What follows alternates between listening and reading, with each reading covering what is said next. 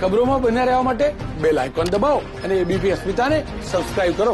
રાજકોટમાં પ્રોફેસરે તેમના 2 વિદ્યાર્થીઓ સાથે મળી કાગળની પેન બનાવી છે અને કાગળમાંથી બનાવાયેલી પેન પર કોરોનાની જાગૃતિ માટેના સૂત્ર પણ લખેલા છે.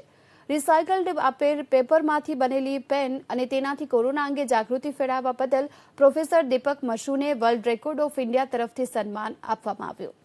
પ્લાસ્ટિકના બદલે પેપરમાંથી પ્રોફેસર અને તેમના 2 વિદ્યાર્થીઓ યશ પુજારા તેમજ ધવલ બારભાયાએ બનાવેલી આ પેન સંપૂર્ણ ઇકો ફ્રેન્ડલી છે અને પેપર પેન અને પેપર પેન્સિલના પાછળના ભાગે વિવિધ છોડ અને શાકભાજીના બિયારણનો ઉપયોગ પણ કરાયો છે. આથી પેનનો ઉપયોગ કર્યા બાદ તેને ફેંકી દેવાને બદલે ઘરના કુંડામાં નાખી ઉગાડી શકાય છે.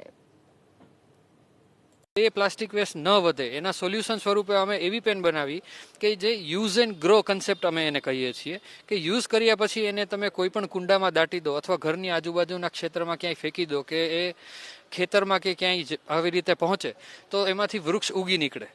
એટલે એક બાજુ પર્યાવરણનું જતન પણ થાય અને બીજી બાજુ અમે આમાં જે પેપર યુઝ કરીએ છીએ એ રિસાયકલ છે એટલે વર્જિન પેપર નથી. જ્યારે વર્જિન પેપર જે બને છે એ આપણા વૃક્ષો કપાઈને બને છે તો પર્યાવરણને ક્યાંક ને ક્યાંક નુકસાન થતું હોય છે.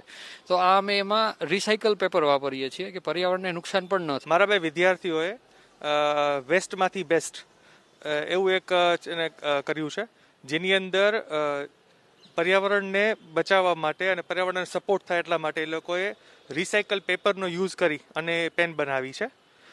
અત્યારે વાત કરીએ તો એ લોકોએ એ પેપર પેન જે છે એ પેનની અંદર કોરોના વાયરસથી બચવા માટે શું થઈ શકે એ 5 બાબતો પણ એમાં વણી લીધી છે જેથી કરીને પર્યાવરણને બચાવી શકાય, કોરોના સામે પણ આપણે લડી શકાય.